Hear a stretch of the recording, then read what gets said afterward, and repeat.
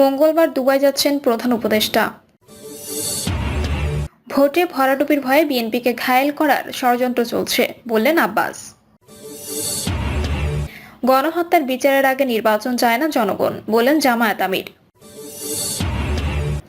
Strategy and policy ফোরামের গবেষণা, শেখ হাসিনার বক্তব্য নিয়ে 94.8% নেতিবাচক প্রতিক্রিয়া।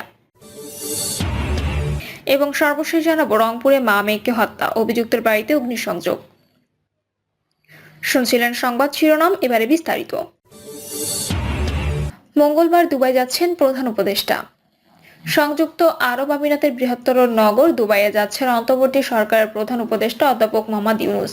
সেখানে অনুষ্ঠেয় ওয়ার্ল্ড গভর্নমেন্ট সামিটে তার নেতৃত্বে বাংলাদেশ প্রতিনিধিত্ব দল অংশ নেবে। রফিকুল আলম জানান, আগামী 11 থেকে 13 ফেব্রুয়ারি দুবাইয়ে ওয়ার্ল্ড গভর্নমেন্ট সামিট 2025 অনুষ্ঠিত হবে। সম্মেলনে অংশগ্রহণের আমন্ত্রণ জানিয়ে আমিরাতের উপরাষ্ট্রপতি ও প্রধানমন্ত্রী এবং দুবাইয়ের শাসক আমির শাইখ মোহাম্মদ বিন রাশিদ আল মাকতুম গত 13 জানুয়ারি প্রধান উপদেষ্টাকে একটি আমন্ত্রণ পাঠান। এর পরিপ্রেক্ষিতে প্রধান উপদেষ্টা উক্ত সম্মেলনে অংশগ্রহণ করবেন মর্মে সম্মতি প্রদান করেছেন। রফিকুল আলম বলেন, এবারের সম্মেলন সরকারগুলোর মধ্যে কার্যকরী অংশীদারিত্ব ও বৈশ্বিক মত বিনিময় এবং সহযোগিতা বৃদ্ধির মাধ্যমে সরকার ও জনগণের মধ্যকার সেতুবন্ধন সৃষ্টিতে প্ল্যাটফর্মটির উদ্যোগ অব্যাহত রাখবে। প্রধান উপদেষ্টার সম্মেলনে যোগদানের মাধ্যমে বৈশ্বিক বিভিন্ন চ্যালেঞ্জ মোকাবেলা করতে তার চিন্তা এবং বৈশ্বিক বিভিন্ন ইস্যুতে বাংলাদেশের অবস্থান তুলে ধরার সুযোগ রয়েছে। তিনি বলেন, একই সময়ে প্রধান উপদেষ্টার সঙ্গে বিভিন্ন দেশের রাষ্ট্র অথবা সরকার প্রধানদের দ্বিপাক্ষিক বৈঠকের সম্ভাবনা রয়েছে। প্রধান উপদেষ্টার সফরকালে এ সম্মেলনে অংশগ্রহণকারী রাজনৈতিক ও ব্যবসায়ী নেতাদের সঙ্গে তার সৌজন্য সাক্ষাতের সম্ভাবনা রয়েছে। ভোটে ভরাডুবির ভয়ে বিএনপিকে ঘায়েল করার ষড়যন্ত্র চলছে বললেন আব্বাস। ভরাডুবির ভয়ে অনেকে নির্বাচন চান না এবং নির্বাচনের কথা বললে তাদের গাত্রদাহ হয় বলে মন্তব্য করেছেন বিএনপির স্থায়ী কমিটির সদস্য মির্জা আব্বাস। তিনি অভিযোগ করে বলেন, বিএনপি ক্ষমতায় যাবে এই ভয়ে বিএনপিকে ঘায়েল করার জন্য দেশে বিদেশে ষড়যন্ত্র হচ্ছে। মির্জা আব্বাস বলেন, বিএনপিকে বিভিন্নভাবে দোষারোপ করা হচ্ছে, এমনকি বিএনপিকে ইসলাম বিরোধী দল হিসেবে বলার চেষ্টা করা হচ্ছে। মির্জা আব্বাস বলেন, বিএনপি নির্বাচনের কথা বললে অনেকের গাত্রদাহ শুরু হয়। একটি গণতান্ত্রিক দেশ ভোটাধিকার ছাড়া চলতে পারে না। ভরাডুবির ভয়ে অনেকে নির্বাচন চান না। দেশে অস্থিতিশীল পরিবেশ সৃষ্টি করতে কোনো না কোনো জায়গা থেকে বাতাস দেওয়া হচ্ছে। বিএনপি দেশে অশান্তি সৃষ্টি করতে দেবে না। বিদেশে বসে অনেকে তরুণদের বিশৃঙ্খল করেছে, অতি উৎসাহী করে তুলেছে। এ বিষয়ে সবাইকে সচেতন থাকার আহ্বান জানান তিনি। সরকারের উদ্দেশ্যে আব্বাস বলেন, সরকারকে সঠিক রাস্তা দেখানোই বিএনপির উদ্দেশ্য, বিব্রত করা নয়। 31 দফার মধ্যে সব সংস্কারের রূপরেখা আছে। 2023 সালে এসব সংস্কারের কথা বিএনপি বলে রেখেছে। তিনি বলেন, অনেকে গণঅভ্যুত্থানে বিএনপির ভূমিকা অস্বীকার করার চেষ্টা করে, কিন্তু দীর্ঘ সময় পুলিশের বুলেটের সামনে দাঁড়িয়ে আন্দোলন করেছে বিএনপি। জুলাই আগস্টেও সরকারের পতনে বলিষ্ঠ ভূমিকা রেখেছে বিএনপি। গণহত্যার বিচারের আগে নির্বাচন চায় না জনগণ বললেন জামায়াত আমির। 24-এর গণহত্যাকারীদের বিচার না করা হলে জাতিসংঘে বেইমানি করা হবে। এই হত্যার বিচারের আগে জনগণ নির্বাচন চায় না বলে মন্তব্য করেছেন জামায়াতে ইসলামীর আমির ডক্টর শফিকুর রহমান। ডক্টর শফিকুর রহমান বলেন, দেশে সকলে যার যার আদর্শ নিয়ে রাজনীতি করবে, তবে রাজনীতির সঙ্গে চাঁদাবাজি, দুর্বৃত্তপনা ও দুর্নীতির কোনো সম্পর্ক নেই। জামায়াত ক্ষমতায় যাওয়ার সুযোগ পেলে সবার আগে বৈষম্য দূর করতে পদক্ষেপ নেবে। যারা ন্যায় ও ইনসাফের ভিত্তিতে দেশ পরিচালনা করবে তাদের ভোট দিতে সবার প্রতি আহ্বান জানান। শফিকুর রহমান আরো বলেন, বিগত সরকার সংখ্যাগরিষ্ঠ সংখ্যালঘু নামে সমাজে বিভাজন সৃষ্টি করেছিল এবং পক্ষ বিপক্ষের শক্তিতে বিভক্ত করে সংঘাত লাগিয়ে রেখেছিল। তাই এখন আমাদের সতর্ক থাকতে হবে। সাবেক আইজিপি বেনজির আহমেদের প্রসঙ্গে তিনি বলেন, হাজার হাজার কোটি টাকা পাচার করে তিনি এখন দেশের বাইরে থেকে ষড়যন্ত্র করছেন। পুলিশকে ষড়যন্ত্রকারীদের ব্যাপারে সতর্ক থাকতে হবে। রাষ্ট্রের দায়িত্ব যথাযথভাবে পালন করতে পুলিশকে সচেতন করতে হবে। স্ট্র্যাটেজি অ্যান্ড পলিসি ফোরামের গবেষণা, শেখ হাসিনার বক্তব্য নিয়ে 94.8% নেতিবাচক প্রতিক্রিয়া।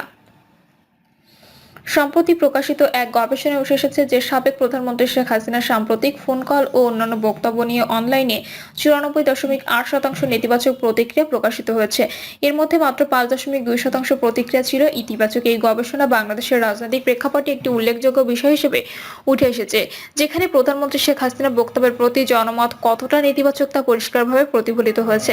স্ট্র্যাটেজি অ্যান্ড পলিসি ফোরাম পরিচালিত এই গবেষণার প্রধান আলো, কালবেলা নিউজ, এটিএন নিউজ সহ বেশ কয়েকটি গণমাধ্যম এবং ইউটিউব চ্যানেল থেকে শেখ হাসিনার ফোনালাপ ও বক্তব্যের প্রতিক্রিয়া বিশ্লেষণ করা হয়।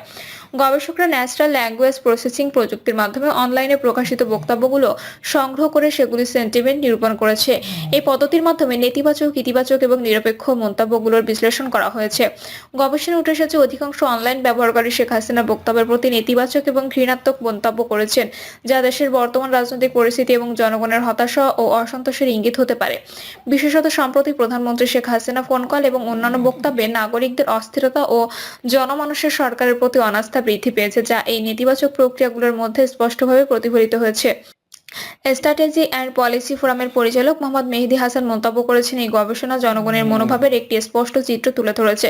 শেখ হাসিনার ফোন কল ও বক্তব্যের প্রতি যে ব্যাপক নেতিবাচক প্রতিক্রিয়া এসেছে তা দেশের রাজনৈতিক পরিস্থিতি ও জনগণের অভ্যন্তরীণ ক্ষোভের প্রতিফলন। ফোরামের পরিচালক মাহবুব নাহিদ বলেন, আমরা এই গবেষণার মাধ্যমে জানাতে চাই শেখ হাসিনার সঙ্গে আরো কোনো সমর্থন নাই, তবে তার কথা বলা বন্ধ করা দরকার। সরকারের পক্ষ থেকে যদি এই বিষয়ে কোনো কার্যকর পদক্ষেপ না নেওয়া হয় তবে জনগণের ক্ষোভ আরো বৃদ্ধি পেতে পারে। সরকারের কূটনৈতিকভাবে মোকাবেলা করা উচিত। গবেষণায় আরও উঠে এসেছে নেতিবাচক প্রক্রিয়াগুলোর মধ্যে বেশিরভাগ মন্তব্যই শেখ হাসিনার প্রতি অসন্তোষ, দুর্নীতি এবং নির্বাচনী প্রতিশ্রুতি বাস্তবায়ন না হওয়ার বিষয়গুলো নিয়ে। এমনকি বেশ কিছু মন্তব্যে শেখ হাসিনার নেতৃত্বের প্রতি প্রশ্ন উঠেছে, যা দেশের রাজনৈতিক অস্থিরতা এবং শেখ হাসিনার আমলে সুশাসনের অভাব, সীমাহীন দুঃশাসনের গল্প তুলে ধরেছে।